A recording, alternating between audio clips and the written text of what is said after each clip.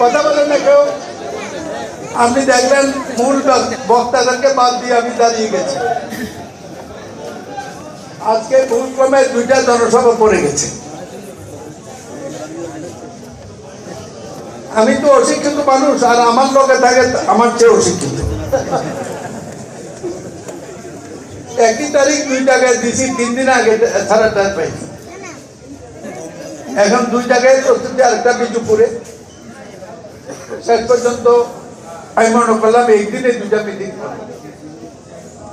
আমাকে মাগরিবের আগে বিজুপুর পৌঁছতে হবে, তাইলে মনে করবে যে বোধহয় আমি আসছি না।